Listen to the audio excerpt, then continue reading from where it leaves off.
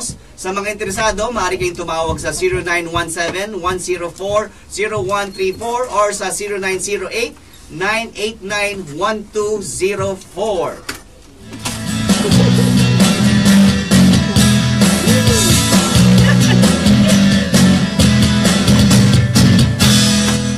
Okay, mabilis na mabilis bumabalik po ang Business Cafe Radio. At syempre kasama natin isang malaking karangalan at matagal na naming inaambisyon sa aming buhay. Ang And for the first time! For the first time. Talagang napakahirap interviewin itong taong ito. Kasi ayaw niya. Oh, pero napao natin. In the celebration of the 11th year of AIM Global International Incorporated, kasama natin ang kanilang Chief Finance Officer. Pure Filipino, ah! At mentor of all mentors ng AIM Global Incorporated. Walang iba kundi si Engineer Francis Miguel. Ayan. Wow! Good morning. Good morning, Prof. L. And of course, Prof. Ava. Magandang umaga. Naging prof na talaga. Sa lahat ng panauhin tsaka nakikinig ng This is Easy, magandang umaga sa inyo lahat. Ayan, mukhang magre-rating tayo na mataas ngayon dahil kasama natin si Engineer Francis Miguel. Ano ba talaga ang sikreto ng AIM Global kaya tumagal siya ng 11 years in the networking industry? Magandang umaga ulit. Ang bigat pa kagad ng tanong. Oo, kasi limited na yung time natin. Yes. Una, ito na yung expertise namin. I've been with the business for 2 dekada na. At yung visionary ng ating presidente, yung conviction niya na sabi niya noong unang tinayo namin to, magtayo tayo ng kumpanya na magtatagal habang buhay at isang kumpanya na hindi magsasara. So ito na tayo ngayon, 11 years pa lang. And very stable, we're now in 200 countries. So yun ang pinaka-goal natin. Diba? 200 na talaga? 200, mahigit. Pero ang balik ko lang yung panahon kasi hindi naman si engineer kasi si FM ang tawag namin, sorry. Si FM naman kasi, gusto ko lang talaga maintindihan na yung bilyonaryo ka na, hindi naman kasi right away nagsimula. Ayaw nga. Hindi naman kasi nagulat lang ako one time na dumaan kami doon sa bahay nila at may nakatakip na mga kotse. Ang sabi ko lang, ay, bakit ano ba itong mga to? Niya na binuksan. Ferrari lang naman. Kaya sabi ko, ay, sandali, nung nagsimula ka ba FM ang tanong, ganun na ba karangya ang buhay kaya ka umabot sa ganitong status? Hindi po. Simpleng, ordinaryong pamilya lang kami, average. And isa yun sa mga reward na natanggap ko 5-6 years ago when I set our goal na umahit yung first billion. So, reward ko yun personally. Ano mo talaga yun? Goal mo talaga yung 1 billion? Pag na-hit yung 1 billion sales, sabi ko, regalo ko sarili ko ng magandang Ferrari. Wow. Pero, Sir Francis, kapag sinabi bang dahil successful ka na, ano ang basihan mo para sa'yo ang success ba? Tuloy-tuloy na success. Hindi pwedeng isang beses, hindi pwedeng tsamba. Kailangan committed ka sa excellence para tuloy-tuloy success mo. Yan. Kaya one of the things na talaga itinuturo din ni Francis M talaga. Sorry. Diba, ni FM. Ay yung actually, yung tuloy-tuloy na success. Paano nga ba tayo patuloy na nakakatulong sa mga Pilipino ngayon, FM, na nanonood? Una, nakadesign yung marketing plan, lalo na sa mga part-timer. And pangalawa, ang main thrust ng business natin, especially mga OFWs. Correct. Isa yun sa layunin ni DOCED na maparami ng mapauwi. Paano mapapauwi yan? Pag nagkaroon sila ng stable income. Para pag uwi nila, may na-establish sila. Hindi yung mga karamihan like seaman or mga OFWs pag umuwi, walang trabaho. Yes. Walang gagawin. So, tendency, babalik ulit. Correct. So hanggang sa maging, nila, habang hanggang tumanda na, magkaedad na. Nag-OFW pa rin. Oo. May na-interview nga ako doon, DH sa Hong Kong. And sabi niya, kada mag-ring ang telepono, kinakabahan siya. Kasi alam niya mayroong kailangan na naman yung mga local mag-anak niya, yung pambayad ng kuryente, ganyan, etc. Palang allergic na rin sumagot ng telepono. Para silang alarm, no? And sabi niya, katulad namin, ilang years na raw sila, wala silang naipon. Kasi lahat napupunta sa bayarin. So pag uwi nila, wala pa silang trabaho and they're not getting any younger. And marami na kaming na-witness na sinubukan to on their part-time. Kasi karamihan naman talaga part-time lang. Contractor sila. Hindi sila pwedeng gawin to full-time while they're in abroad. So, mostly part-time lang. And we're so happy and excited, of course, i-share na kahit part-time, they make double or 3 times ng kinikita nila. So that's why umuwi sila for good. Yun yung nakita kong nagkaroon ng first break and then second break. Ngayon, libo na umuwi because they make 6-figure or times 3 ng income nila. Good enough na yun, pag nasa Pilipinas ka, you make like 6-figure a month, marami kang maipon. And of course, masarap makinig doon sa sharing kanina nung bago sa akin. Yes. About financial management. So, after that, making so much money, I would suggest, syempre, i-manage nyo na yung wealth ninyo. Correct. Correct. By listening to our past. Pero, ako muna ha. Sige, go. Ako kasi I've been a critic of networking Right. company. I know. I have known here sa Eagle Broadcasting Corporation and sa iba pang mga stations na napuntahan ko na ako na minawarningan ko talaga ang mga tao na mag-ingat sa pagpili ng networking company. At hindi tayo nag-i-endorso ha. Right.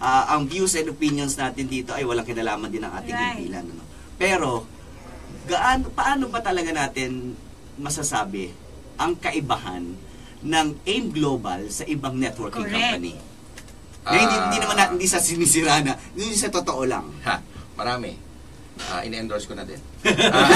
Sabi mo ba, bawal mag-endorse? Una, kikilalanin mo may-ari. Because ito yung pinakabuto or backbone ng business. Kaya kung medyo gullible yung kanilang background, better not invest. Pangalawa,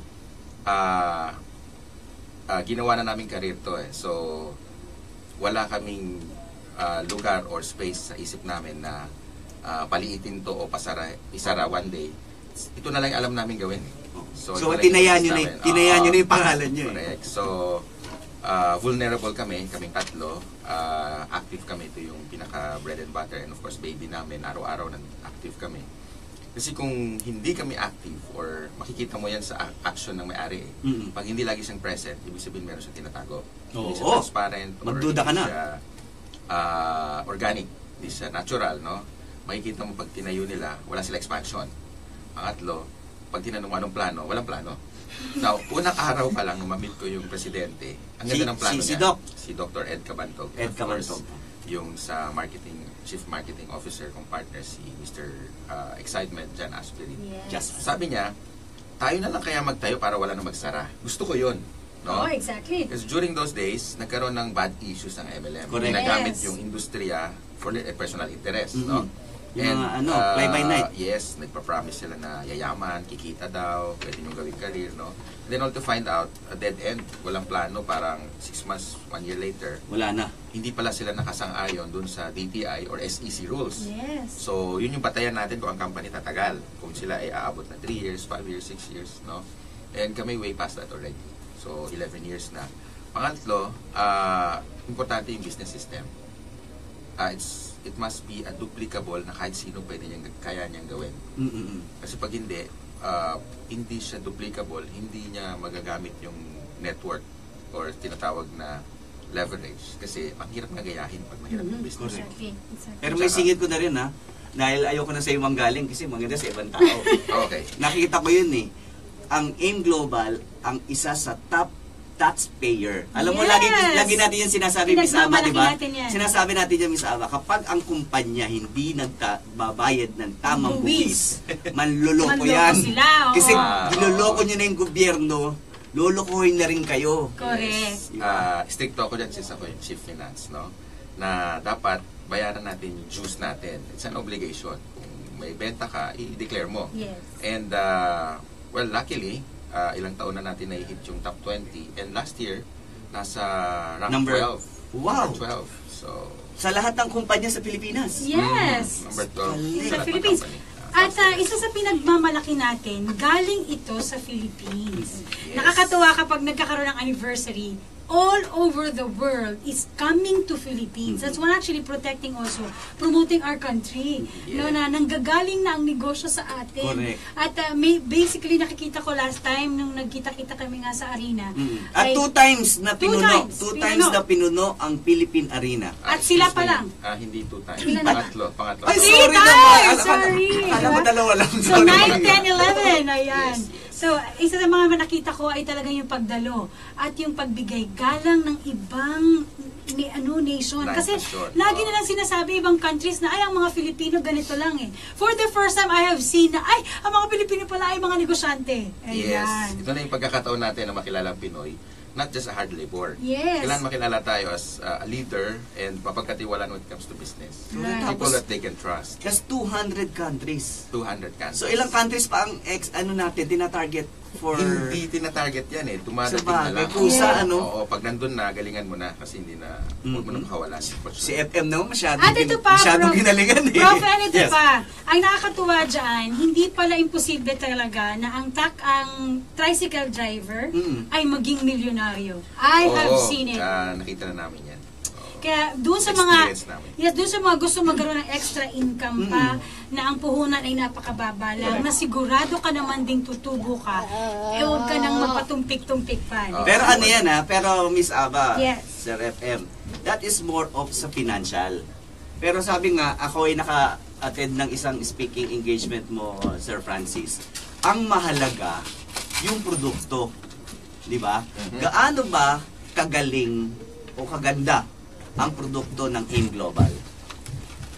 Una, very consistent yung aming product provider, which is yung Nature's Way. They're been with more than 50 years in manufacturing herbal products. No? Isa yun sa tinayaan namin. It must be very consistent, quality, from the start na na-present namin sa BIFAD hanggang ngayon. They said that consistent tayo. Correct. Ang Nature's Way is one of the trusted Biggest, company correct. and the In biggest America. in America. Household name in Yes. Utah. And they're now based in Wisconsin.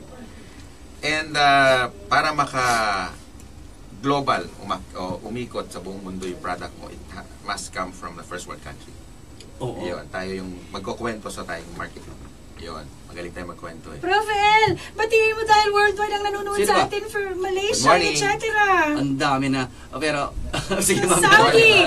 Pero alam niyo po, isa sa mga products na ito, kung kayo po ay masakit na cancer, tumor, cyst, diabetes, lahat, Nakakatulong. goiter, lahat po ay nakakatulong siya. Kaya magsimula na tayo kaagad. Hindi lang po ito dahil tayo para kumita, para tayo po ay makatulong gumaling. Pero one of the powerful story I've heard na sana ma-share natin sa ating mga nanonood sa FB at saka sa nakikinig sa buong Pilipinas. Yung first encounter ng product ninyo, kaya nasabi nyo na talagang effective ito. Oo. Totoo yun.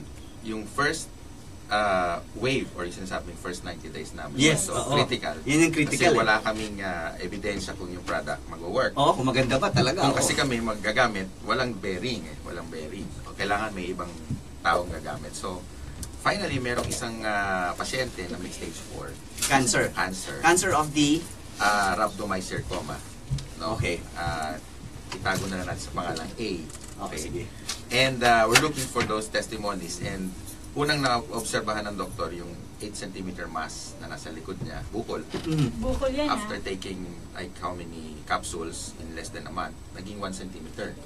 Imagine, Natunaw. 1 Oo. centimeter without any So, operation. Yes, sabi ko kay Presidente, we go, Doc, I think timing na tayo. Ito na hinahanap natin. Let's launch this company. And the rest history. Umaba ng umaba yung buhay. Alam niyo, ako I've seen AIM Global 9 years ago. Nakita ko na talaga yung maraming mga testimonies, no. Pero what is one of your favorite testimonies ng product ng AIM Global? Sa family namin because may history kami. Mismo sa inyo. Oo, may history kami ng heart concern or issues, no. We have a product called cholesterol reduce collagen. Ay, Fish oil. yes. Oo. Asan ba yun? Kasama to pero hindi ito 'yon. Ako mismo because tung 2009 dapat lalagyan ako ng stent sa heart and I took ilang shot or capsule lang noon in a matter of hours and na-abort yung procedure. Kasi Imagine wala yung para, oo. ICU na yan bound for operation for bypass. Yes. Nasa hospital ka na talaga. Nakahiga na ako. Oo. Pero hindi ko iniisip na matutulungan ako noon. Ang akin lang, ang fish oil, kilala kasi when it comes to blood thinning. So, whatever happens after the procedure, at least kako, Tumulong. yung blood clotting mawala, no? After my Tsaka hindi kasi ang ang maganda sa istorya mo, engineer. Ano talaga eh, naka-schedule ka ng operahan. Yeah. Oo. Naka-check-in na naka-prepare na. Naka-lab Meron down na na siyang ako. ready Nakahiga na. na ako, na-angiogram na ako. So, Abort ang tawag. nag-request muna ako sa doctor na sabi ko, pwede ba i-extend mo pa another day? Mm-mm. So, i-meet yung mga mahal ko sa buhay, yung partners ko. Para makasigurado. Baka mamaya. Oo, kasi baka mamaya may usapan. May hindi ko mangyari, alam. oo. Bingi na ako after that. So, sabi ko, meeting ko muna yung mga taong importante sa buhay ko. And minute ko rin yung partners ko. Sabi ko, whatever happens, no, kung successful to o hindi, alam nyo na. Pinirmahan mo na lahat ng dapat. Mga will last will. And yun, I was surprised nung ilalagay na yung stent. Sabi niya, Doc, nung nagkaroon na ako ng ulirat, nakabalik na ako sa subconscious ko. Ising na ako, sabi niya, Francis, good news, we have to abort the procedure kasi hindi namin makita yung bara, useless na ilagay yung stent. Diba? So, Yung yun stent sa mga hindi masyado nakakaalam. Okay, Stent is pag may bara ka sa mga ugat mo, lalo na sa puso, walang way para alisin yung mga plaque. Ang ginagawa ng doktor, maglalagay ng stent. I-insert. Susuksukan. Insert Oo. sa loob, parang angiogram pa rin ang procedure, and then iiwan doon para yung blood pressure mo hindi humigpit. Mm-mm. So, temporary yun. Mm-mm. So, hindi ko alam kung anong effect 11, 20 years from now. Galing. Alright, diba? Yan yung mga product na natutunan. Gusto ko yan, Doc. Kailangan Oo. Ay, Doc tuloy. Kailangan magkaroon ako niyan, ha? Alam mo, and the newest product that I have is the antibacterial thing na kung ikaw ay may gamit, mga 2 meters away from you, hindi ka na kailangan 2 to 3 meters The ba? viruses 2 to in the 3 meters. airport, kung saan ka man, hindi ka It's an airborne, nagre-release siya ng Airborne. fumes. Organic yan, ha? Mm-mm. Pero how can we prove that? May clinical studies tayo. Talaga? Human clinical studies. Scientific? Air Yes. purifier kasi di ba supposedly to actually drive it away. Ito yung klase naman mobile na type na ano. Meron kasi tayong ginagamit ngayon, yung purifier ng air, wherein isasak niya yung air, and then papatayin niya yung bacteria, and then i-release siya ng fresh air. Mm-hmm. Kaya lang ganyan kalalaki yun. Yeah, Oo, Palagay mo yun. sa computer, hindi ba pwedeng suot yun araw-araw? At saka paano pag nasa airport ka? Babakpak natin Hindi, yun. nasa airport ka. Paano pag ano, di ba? Dala mo pa ba yun? Ang galing, ano? Ah. And there's a lot. Bibigyan kita Ay! para hindi ka tamaan. Hindi pa Sa'yo yan. Diyos ko, kailangan. Sa kanya yan. Germs, ano ba ba? Anong ang kayang alisin? Germs, virus and bacteria. Lahat ng airborne. Get Ayan. out of my life. Para shield. At with ang shield. dami-dami pang mga produkto. Bagong technology yan. Yes. New technology. Me and there will come also a time at Chi Energy which means radiation will be out of Yes. our body when it comes. And this is actually Lalo for na this tayo. year. Kaya nga naman, hindi lang dahil sa staying healthy, kung hindi also getting wealthy. When you use the product, we also get to earn something out of it. Correct. Yes. Kaya naman, dun sa mga interesado, Ayan. Kung Ayan. interesado, mag-plug in na ako. Yes. ano bang We have number yan? only, Hindi ko masyado we only makita. have 1 minute. Ayan, dahil dyan. Thank you, Joy. It's your minute, sir. Yes. Alright, ganito, nananawagan. Nanawagan po kami, nawawala po ang aming aso. Okay, sa mga interested at kung may concern at may mga questions kayo, you can reach my secretary at number 0927-533-5783 and 0920-565-655. Ayan. Ako na mag-ulit. Ulit-ulit din kasi maraming yung mga ballpen nyo, ready nyo na. Ilalagay din namin yan sa aming ano ha. Idadandahan ko, Oo, sige ko. 0927-533-5783 or sa 0920-5656-534. Ayan. Ayan.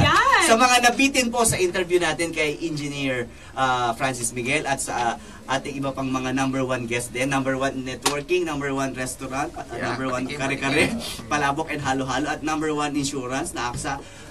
We will be having our pilot episode ng Business Cafe Express. I-like nyo lang po yung Eagle News and Eaglenews.ph. anywhere in the world, mapapanood nyo po ang Business Cafe 11:30 Express. po magsastart yan. 11:30 ngayon na yun, mamaya-maya. Maraming salamat. Salamat, Francis Prof. Miguel, El, tsaka FM. Mama Ava, thank you. Ayan, sana hindi ito ang una nating pagsasama Oo. at makasama pa namin kayo sa maraming pagkakataon at makasama kayo Sa your- iba't ibang programa. dito sa Eagle Eagle Broadcasting Broadcasting. Corporation. Thank Thank you you. very much. At syempre, kapos na tayo sa oras. Ako po si Professor L. Pangulayan Buelva. Ako naman po si Miss Ava Sarmiento. At ito po ang programang Business Cafe Radio!